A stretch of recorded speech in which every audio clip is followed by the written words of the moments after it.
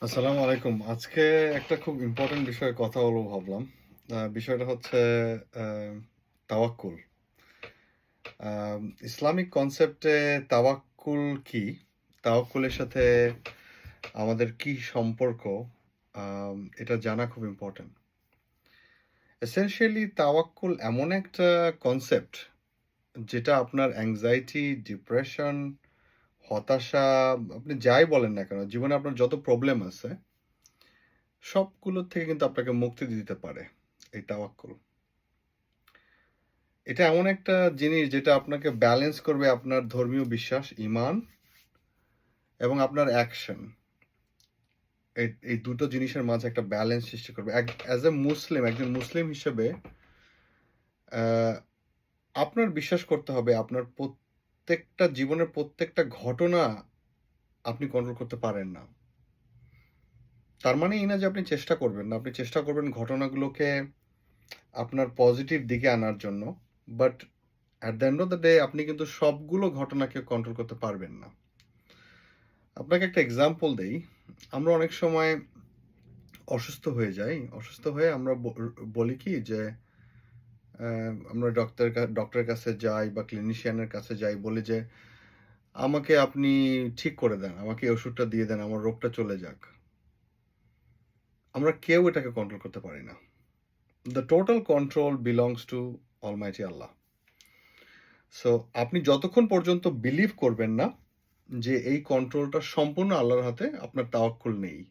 এবং তাওয়াক্কুলের সাথে ঈমানের খুব ক্লোজ রিলেশন। আপনার যদি তাওয়াক্কুল না থাকে তাহলে আপনার ঈমান নেই। আর ঈমান না থাকলে কিন্তু অ্যাজ এ মুসলিম আপনি কখনোই সাকসেসফুল হতে পারবেন না ধর্মীয় বিশ্বাসে। আর হতাশার সাথে এটার কি সম্পর্ক? সেটা হলো যে আপনার যখন তাওয়াক্কুল থাকবে, আপনি সবগুলো ব্যাপারেই বলবেন আলহামদুলিল্লাহ।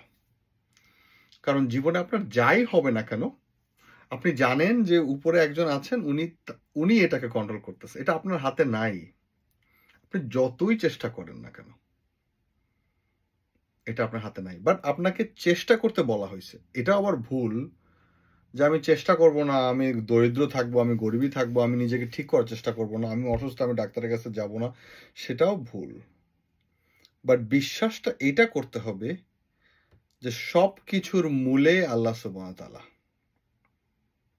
ঠিক আছে? যেমন একটা জিনিস one of the most important হাদিস যেটা আমি আজকে বলতে চাচ্ছি সেটা হলো যে একটা মানুষ আমাদের নবী সাল্লাল্লাহু আলাইহি ওয়াসাল্লাম, হযরত মুহাম্মদ পিস বি আপন হিম তাকে বলেছিল যে সে যদি তার উটটাকে আম সে বেসিক্যালি আনটাই করে রেখে যায়। মানে মানে দড়ি দিয়ে যে বাঁধে না? না বেঁধে রেখে যায় এবং আল্লাহর কাছে এম রিলাই করে যে আল্লাহ উটটাকে প্রটেক্ট করবে।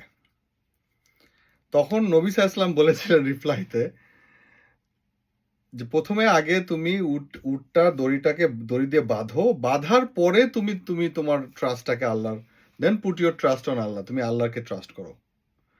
সো এটা খুব ইম্পোর্টেন্ট যে আপনি কিছু কাজ করবেন আপনার ফলাফলের জন্য। বাট এইটাও অলসো ইম্পোর্টেন্ট যে আপনি সবসময় মনে রাখবেন ফলাফলটা আপনার হাতে না। ফলাফলটা আল্লাহ সুবহানাহু ওয়া তাআলার হাতে। Thank you.